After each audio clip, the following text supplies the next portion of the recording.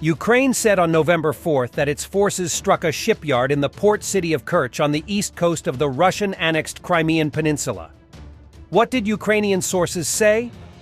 On the evening of November 4th, the armed forces of Ukraine carried out successful strikes on the maritime and port infrastructure of the Zaliv shipyard in the temporarily occupied Kerch. The Telegram channel of the Center for Strategic Communications of the Armed Forces of Ukraine reported.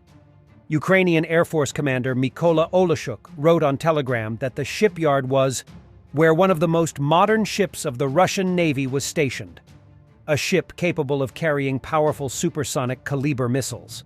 Which missiles were allegedly used? Oleshchuk hinted that the Ukrainians used Scalp cruise missiles, the French version of the British Storm Shadow missiles, which were launched from Ukrainian military aircraft. Well done, as if they had worked with a scalpel, Oleshchuk reported on his Telegram. He noted that the Ukrainian military was waiting for official confirmation of the results of the strike. Several hours later, on the morning of Sunday, November 5th, Oleshchuk wrote that he could officially confirm the incident had taken place. The Center of National Resistance of Ukraine has published a video which, according to the source, shows a fire at the Kerch shipyard. Simultaneously, videos began surfacing on social networks appearing to show rockets soaring towards the shipyard and a fierce fire engulfing the area. What did the Kremlin-installed governor of Crimea and the defense ministry say? Crimea's Russian-installed governor Sergei Aksyonov said Ukraine had fired missiles at a shipyard in Kerch earlier, but that they had been shot down. Some of the debris from the downed missiles fell on the territory of one of the dry docks. There are no casualties, he said on social media. Russian Defense Ministry said that the strike on the plant was carried out by 15 missiles, 13 of which were shot down. As a result of an enemy cruise missile hit, a ship at the factory was damaged, the report said, quoted by RIA Novosti. Still, it was not reported which ship was damaged. Some Ukrainian sources claim that the number of missiles was much smaller. According to Ukrainian military reporter Andrei Tsaplyenko, 2 missiles were shot down, and 2 more hit the target. Zaliv, which means the Gulf, stands as one of Eastern Europe's prominent shipbuilding enterprises, where the construction of vessels for the Russian Navy has been ongoing since 2020. Since launching its counteroffensive against Moscow's forces in summer 2023, Kyiv has ramped up attacks on the Black Sea Peninsula, which Russia seized in 2014. In September, a successful attack by the Ukrainians targeted the Black Sea Fleet's headquarters in Sevastopol, along with the Sevastopol ship repair plant. Consequently, 2 Russian ships sustained damage during this incident.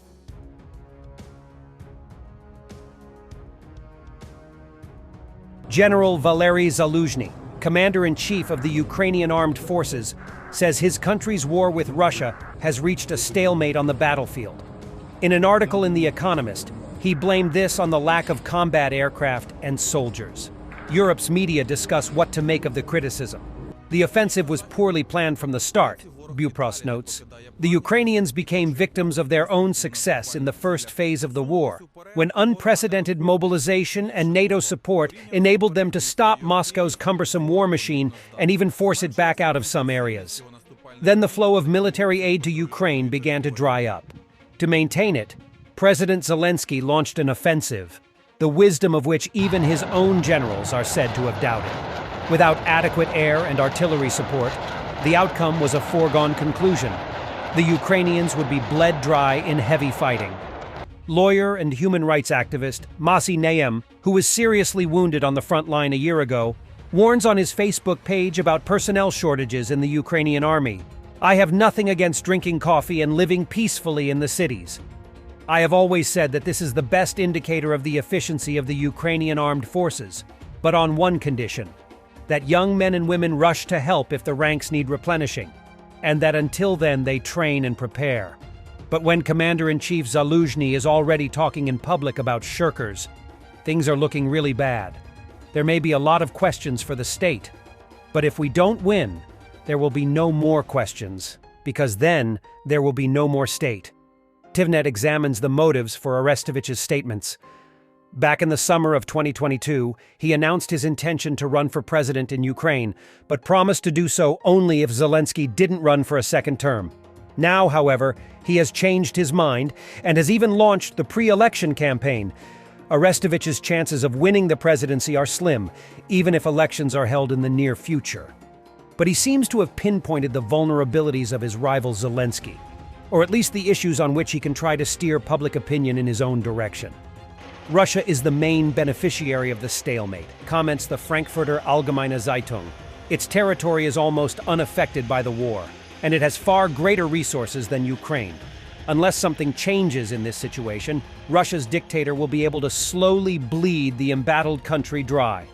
To prevent this, now more than ever, the West must keep up its support for Ukraine, and not only out of solidarity, but also in its own self-interest.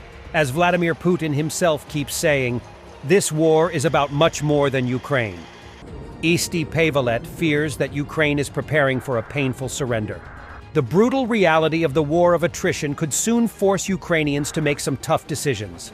The Ukrainian Commander-in-Chief General Valery Zaluzhny recently told The Economist that the war now reminded him of the First World War, meaning that those with the most resources will win. And that is not Ukraine.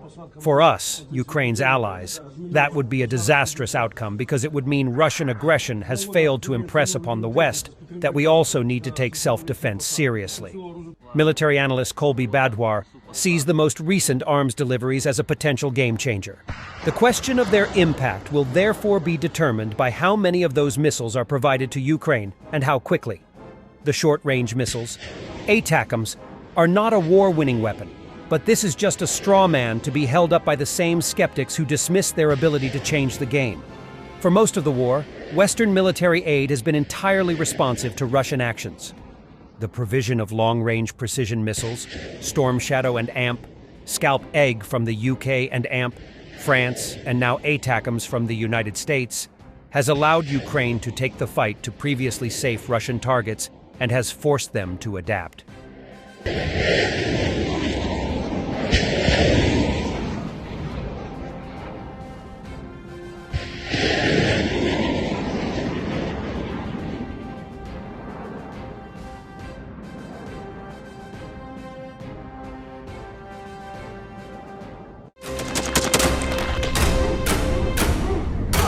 Thanks for watching and don't forget to subscribe.